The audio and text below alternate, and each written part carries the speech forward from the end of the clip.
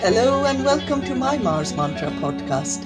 In today's episode, I have a very dear friend of mine, Nada Ibrahim. Hi Nada, how are you?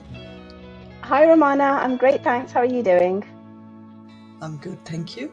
So Nada and we worked in the same private sector firm for a while. And since then, Nada has moved on and she's been leading lots of projects, very interesting projects. And she's also a very amazing person to be with. She has amazing stories to tell apart from her work. She will tell you the stories, and Nada and me, we also have a lot of things in common as mums and working overseas, traveling, so we can share each other's sadness and frustrations from time to time. But today we are not going to talk about frustrations. We're talking about No, not today. celebrating our achievements, Yes. and we'll share our tips of how to deal with frustrations as well. Our Mars mantras, your Mars mantra. So, Nada, I understand that we had to reschedule quite a lot of time, but thank you so much for being able to make time today.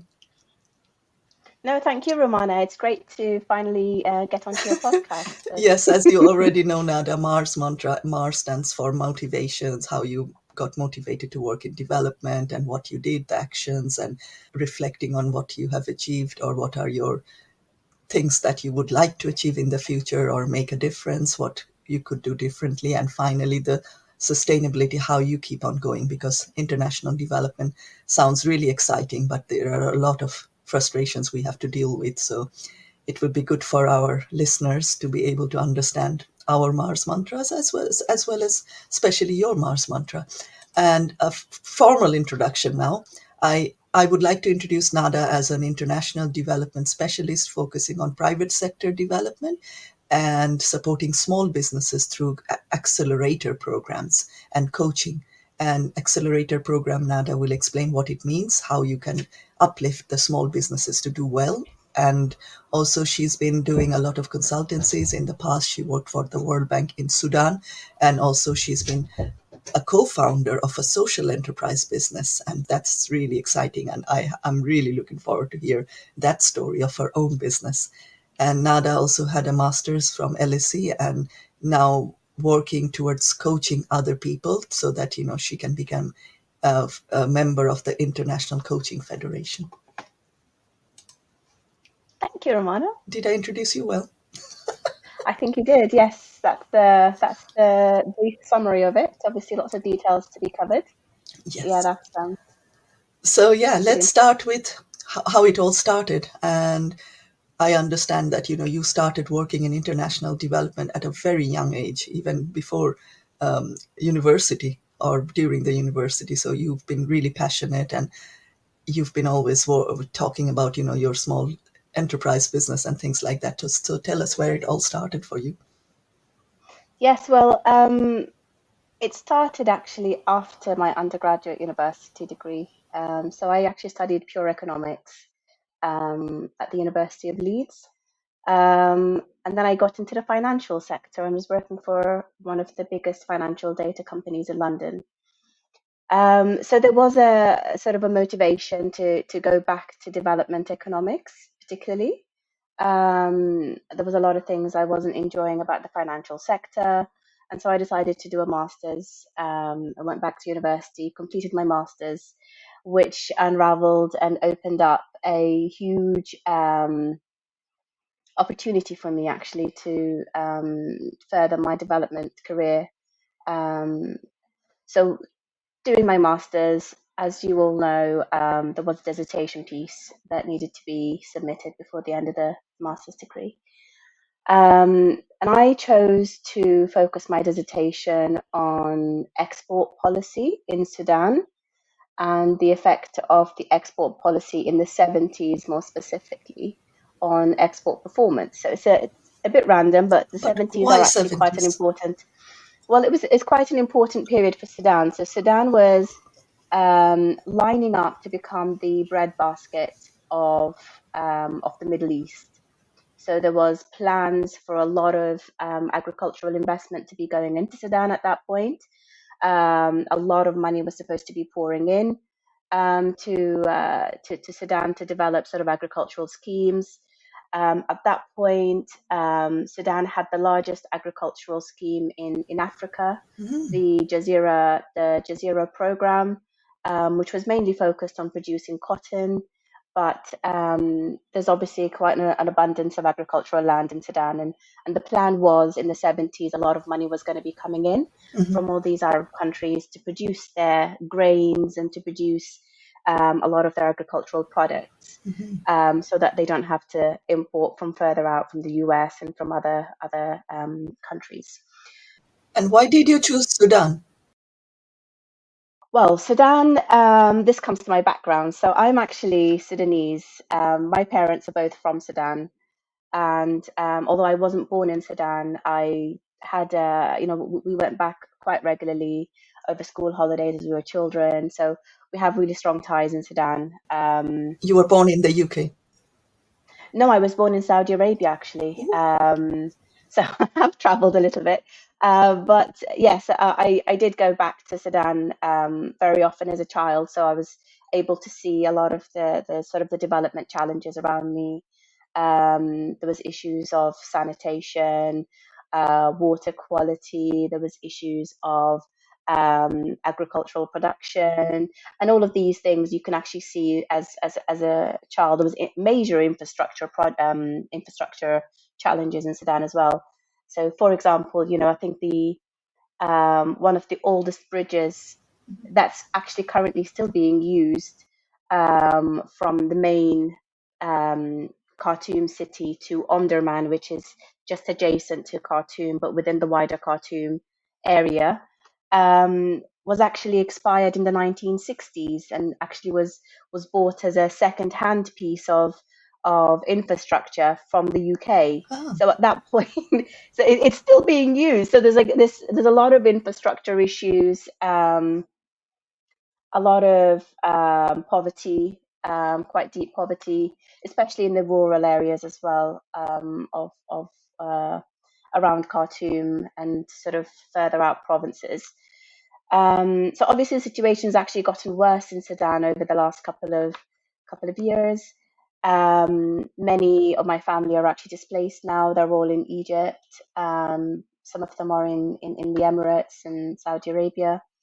So it's very unfortunate, but I think a lot of it is actually due to the development challenges that were sort of happening in the country and haven't been addressed for such a long time.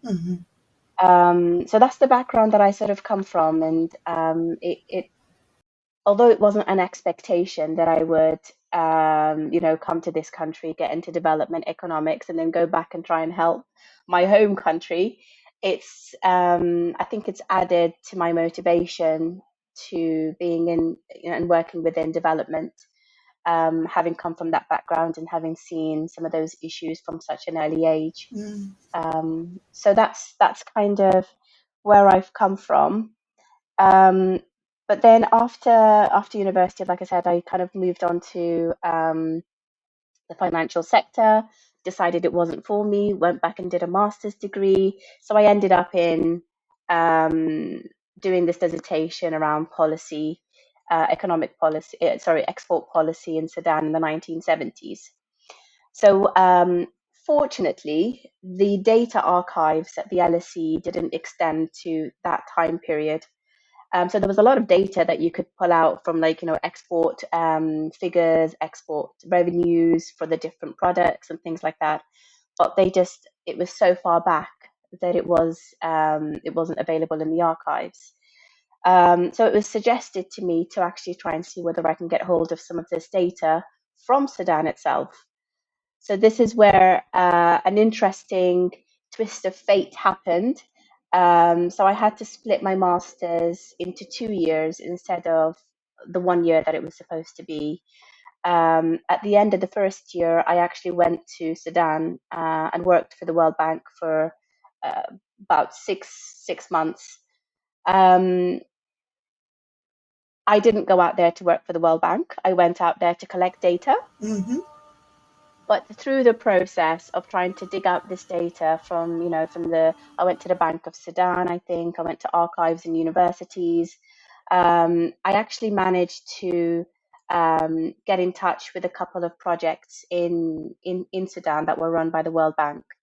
And obviously each project has its own project office. So Mm. that was really interesting, to be able to speak to some of these projects, and some of them were directly relevant to my dissertation project. So I worked on a livestock marketing World Bank project that was trying to set up some rural markets for livestock. Mm-hmm.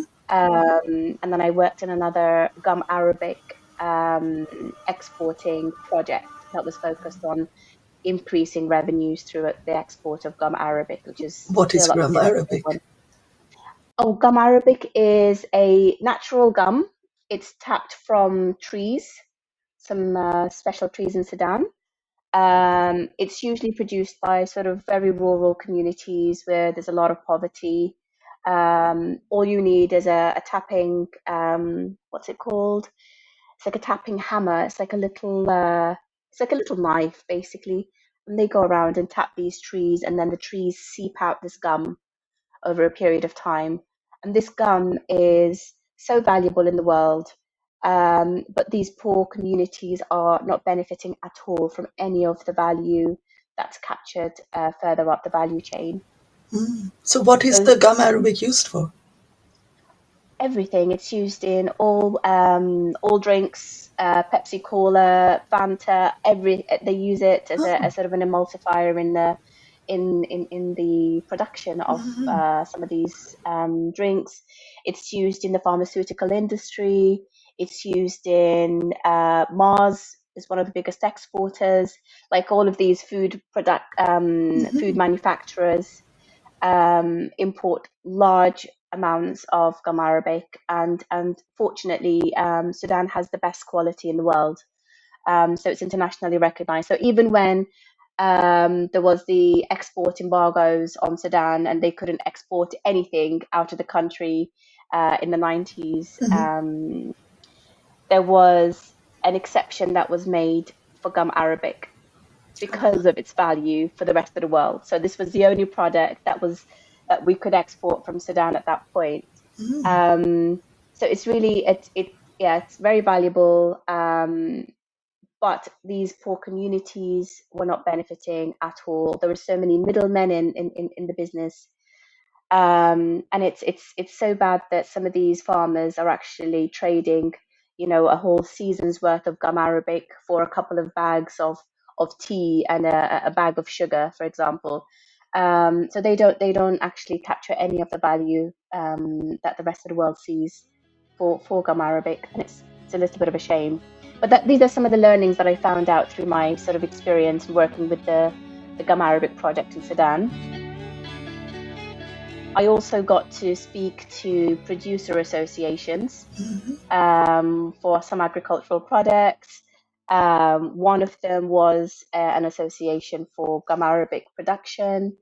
Again, this is where I got to hear about sort of the farmers' perspectives, and how little they get for their whole season's worth, and how the process is for them, and the amount of middlemen, and it's there's obviously a lot of frustration from their side. So when I came back to the UK at the end of that work experience, um, I decided that I would try and help out these producers, that these gum arabic Mm-hmm. farmers that I was speaking to. And one of the main things they were mentioning is that there are so many middlemen in the chain, that whatever is passed down to them is literally a bag of sugar and some tea to last them an entire season.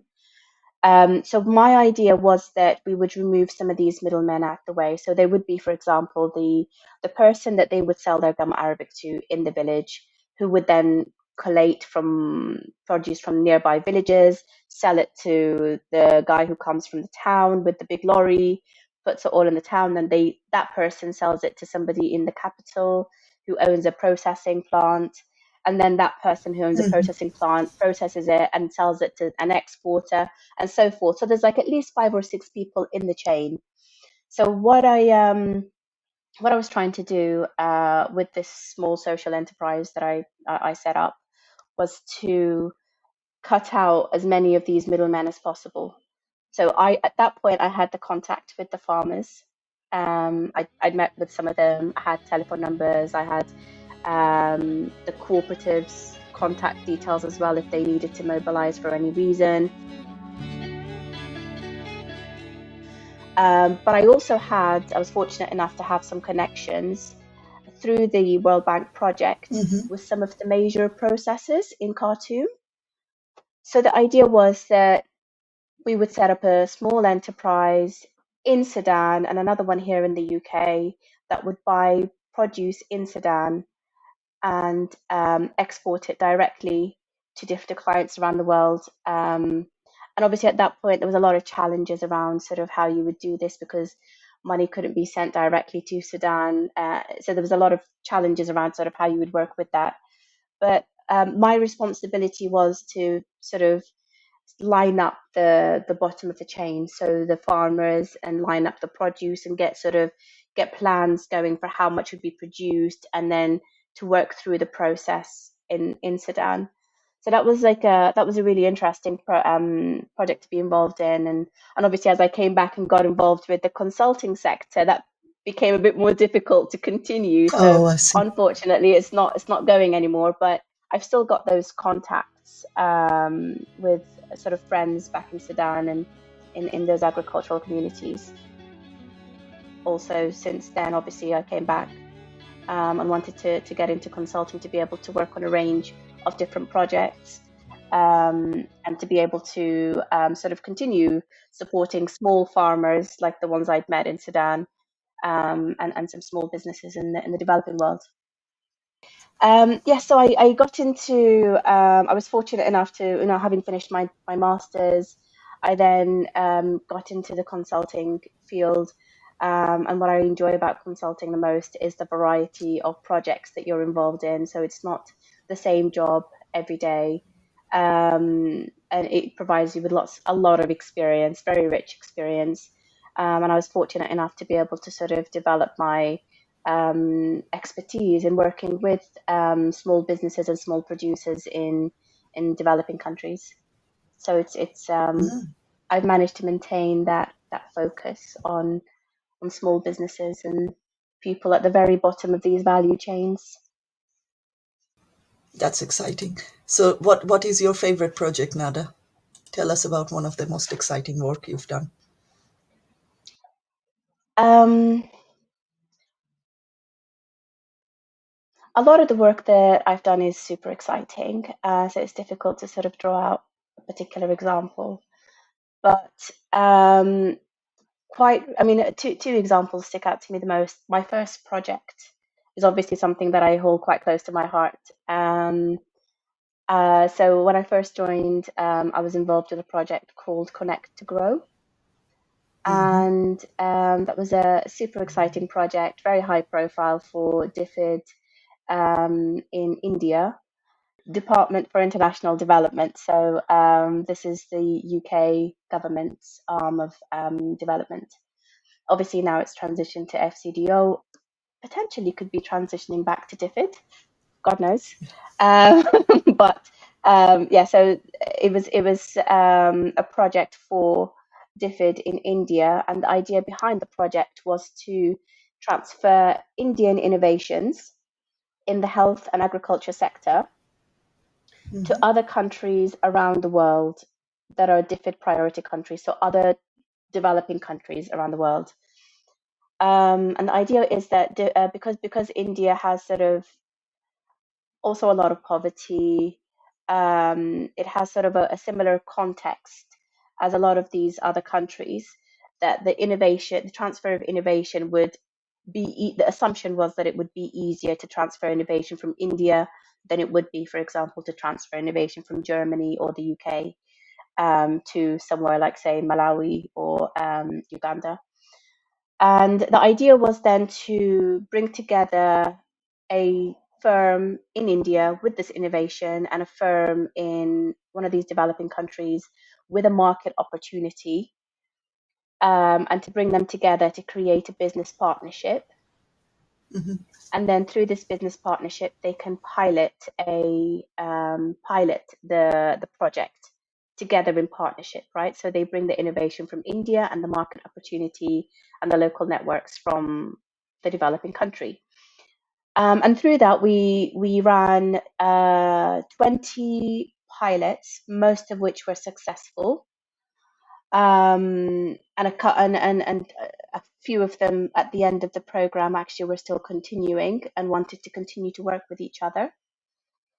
I'm still actually in contact with one of the pilots. So this is back in 2019, so quite a while ago. This is my first project in consulting. So I'm still actually in contact with one of the entrepreneurs that ran a successful pilot.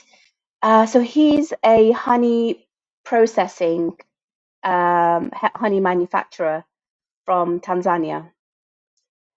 He owns a company called AfriLife.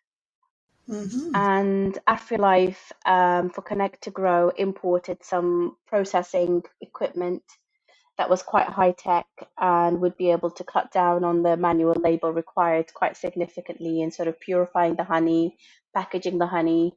And that piece of equipment came from India for the Connect to Grow program. So when he'd spoken to me last year, he was looking for more support in coaching and sort of some direction, I guess, on the next steps of his business. And at that point, he was looking to export his honey to Europe and some of the Middle Eastern countries. So he'd made a lot of progress. He said at that point he was generating $15,000 profit Oh, a wow. month. So he'd grown significantly, yeah, since we spoke to him back in 2019 through Connect to Grow.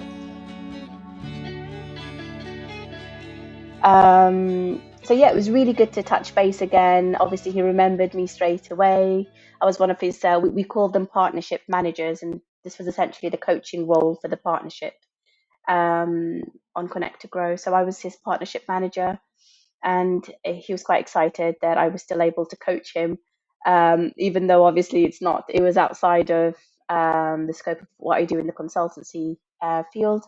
But I was able to sort of help him on the weekends, and we went through, made quite a lot of progress in sort of developing plans for his European expansion. And he'd already started at that point to export to the Emirates some really nice processed honey. So yes, I mentioned that he has to send me a box in the UK as well. When we first started working together, there wasn't really an industrial process put in place. It was all very manual. So it was a very sort of time-consuming job for him. It was also very seasonal. So he didn't have as much resources to be able to buy raw honey outside of the season. Because it became so expensive. So yeah, it was really good to sort of touch base with him again and see his progress, but also to continue supporting him, for the future. And hopefully I continue still supporting him in the next few years. That's brilliant. And I guess that also helps you to get your coaching qualification done. Yes, of course. Yes. So I do need, at the moment, I'm fortunate enough to be doing coaching in my job, but also I'm offering coaching to all of my friends and family and anybody who's interested, just to try and build up those hours. So yeah, it's really good. I've already achieved an associate level at the International Coaching Federation. So I've already achieved the sort of the coaching hours that I need for that level, but I'm trying to get to the higher level, which is the practitioner level. Um, Great. so yeah, really looking forward to finishing that off. That brings me to the challenges. How do you manage to do it all? I mean, this exciting story, but you said it's out of work hours you were doing this. Yeah, yeah, definitely. So I mean, being in consulting, I guess is a benefit, but it's also a challenge itself. So Yeah. sometimes, as you know, we used to work in the same company. Sometimes the workload is so high that you need to put in some hours over the weekend, and You need to put in some late hours, and sometimes this is quite a lot of the time. Um, but other times when we're in between bidding for work and we're waiting for feedback on certain things, we can't sort of commit resources to a new project, not knowing that what the projects that we've already bid for hadn't been won. So there's what we're sort of we go through periods of like really like very busy times, and then we go through quieter times. So in a way, this is a challenge to navigate because you don't have that consistency, but it's also an opportunity to be able to do all of these exciting things outside our time. But I need to do my coaching work outside of official work time for the moment. So yeah, so all the coaching practice, it's sort of split into two, sometimes through one of these big projects that I'm working on within consulting, and then the rest of the Mm-hmm. time it's sort of On your own outside time. work. Yeah, but it gives me Mm-hmm. also a chance to branch out to other areas of coaching. So I've been doing a lot of lifestyle coaching. I've been doing a lot of wellness coaching and well-being coaching, Oh. which is actually really interesting. So one thing that I didn't know prior to the coaching training was that you don't actually need to be a subject matter expert to provide coaching to somebody in any particular area. So I could provide career coaching to somebody who is in the engineering sector, for example. It doesn't really matter about the technical expertise so much as it would be if it was for guidance and advisory and things like that. So coaching really does it's a skill set, and it's very different than what I initially thought it would be. I initially came into it thinking it would be similar to what we would term now as a mentor, Mm-hmm. or advisory, but it's very different to both of those. Yeah, so That's yeah, brilliant. it's allowed me to branch out a lot. Super exciting. I also get to do the business coaching in the consulting work as well. So yes, So I'm coming to you after this podcast to get coached. please do, please do. You know where I am. So yeah, Nada, that's really fascinating. You're doing so much, but how do you manage your own sanity? Because you're a mom of two, and you have Yeah, all these ideas in your head. I mean, I struggle from time to time. So what of is your course. secret to be sustainable, and to sustain yourself, and also Yeah. to just keep going, keep on motivating yourself? Your Mars mantra. Yeah, well, you need to be passionate about what you're doing to be able to sustain it, and everything obviously needs effort, right? You can't achieve anything worthwhile without putting in that effort. So you do need to make sure you enjoy what you're doing. If you are interested in working in development, it's a long and super interesting path, but make sure you are interested in it. It's not something that it's not like an easily achievable sector to get into. It's not a walk in the park once you're in it. You need to continue trying to develop yourself.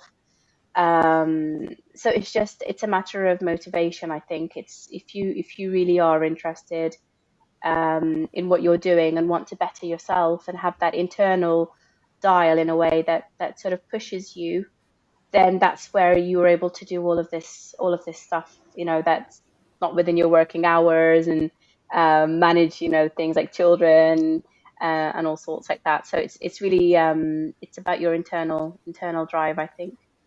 I'm sure you feel the same as well, Romana. You used to work in the sector quite a lot. Well, you mentioned it's not walking the park. I'm just thinking it isn't. It was walking, not walking, trying to cover yourself and try to find ways to move Yeah, in a jungle. yeah, but you have to also take opportunities when they come.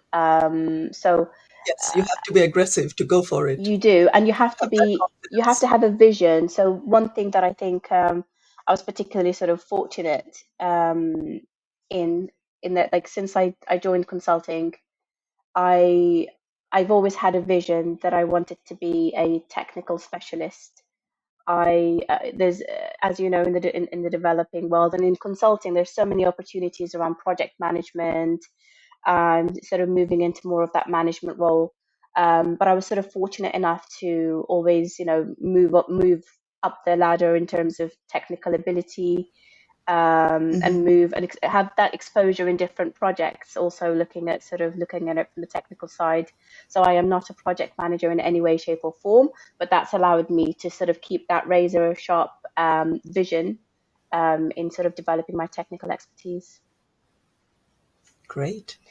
Is there anything else you have that we haven't discussed about? I don't know if you want to talk about sort of the wider approach to development, and this is always something that I love to debate Sure. with people. Cool. Um, Good. but like it's something also that I got into the habit of from doing my masters at the LSE.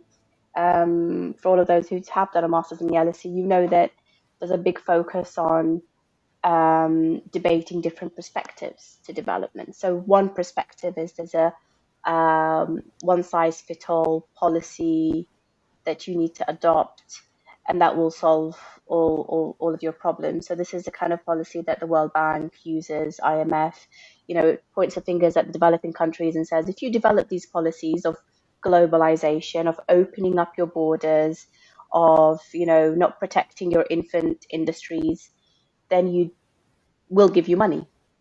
We'll be nice to you. We'll exchange with you. And that's 100% not how some of these industrialized countries nowadays have developed in the 70s, 80s, before that in the 1800s in the UK. And most recently, the Asian tigers, they had really strong protectionist policies. The Asian tigers are Hong Kong, Singapore, Taiwan, those leading countries and that really fast development. Yeah. So they obviously developed quite fast over a period of 10, 20 years. And in my opinion, one of the leading reasons for that is because of their protectionist policies.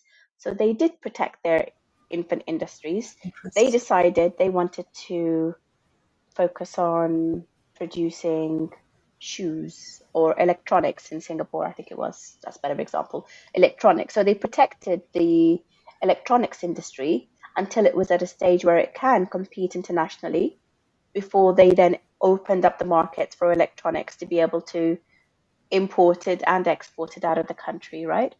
And that's why I think those countries have developed so fast. So there is this debate on protectionist, one size fits all policies. But the more interesting debate for me is whether development is more effectively addressed through policy at the higher level, or whether it's more effectively addressed from the bottom up. And obviously, a lot of my experience has been around sort of working with those at the bottom of the value chain, the farmers, the small business owners, the micro business owners. So micro business owners are those that are one or two people running a small, shop selling vegetables on the corner of a road or something, the very small businesses. And the question is it worthwhile investing in trying to support these businesses directly first before the business environment is ready for them to fully flourish? Or should the policy environment be addressed first before these businesses should then be given direct support? A lot of the work that and a lot of programming that we sort of run, we know that there's usually more than one component to developing a program, right? There's the providing direct support to these smaller businesses at the bottom of the pyramid, but also there is policy analysis. There's a policy, an ecosystem review of what's going on, who are the main Yeah. players in the sectors, what kind of policies are helping businesses, but also deterring businesses. and sort of making some sort of basic recommendations around those. But essentially, our interventions in these programs that I've been involved with have always been in just working with the small businesses at the bottom of the bottom of the pyramid. And we can see a lot of impact. We can see, there's Mm, measurable impact. We can measure how much revenue is grown by through the support. We can measure the amount of new employees they've brought on board. We can measure how much they managed to export. There's a lot of exactly. You can impact. see the results. Yeah. You can definitely see it, yes. But is it more effective to do that than to target something at the very top that can potentially, through one change of policy, could have an Mm, impact on so many more businesses than you could ever support in a single smaller program? So to me, that is the bigger question. But unless you have complete government buy-in, I guess, um, that would be quite a challenge to achieve, right? So maybe it is better to just look at the programs that address the small businesses at the bottom. But I don't know. I yes. always find it interesting to But debate and you know, see. good that you mentioned that, because now that I'm working for the central government in this country, and I think that this is exactly what I'm enjoying, Mm, because we have that ability to be able to think big, work at the policy level, and yeah, of course we also work with the local government. So it is really interesting to see how we can make a difference. But then again, all these countries which are not called developed, yeah, I hate yeah. the word, Small underdeveloped and anyway. growing countries. But but well, the thing is that we know the root cause of the problem. It is the governance. It is the Yeah, governments are not working properly. All this chaos and conflict. And I had a friend, classmate from Sudan, who was talking about his experience. He is from Sudan, and yeah, now it's divided into another country. Now he's South yeah, Sudanese. But yeah, it's just that because of these problems, we can't do anything unless we yeah, start from the bottom and use our ability to go back or give back whatever we can from our yeah, own point. yeah. That's my mantra is work from the bottom up. I guess is that in the short term, I always think it's more effective to. It takes such a long time to work through policy.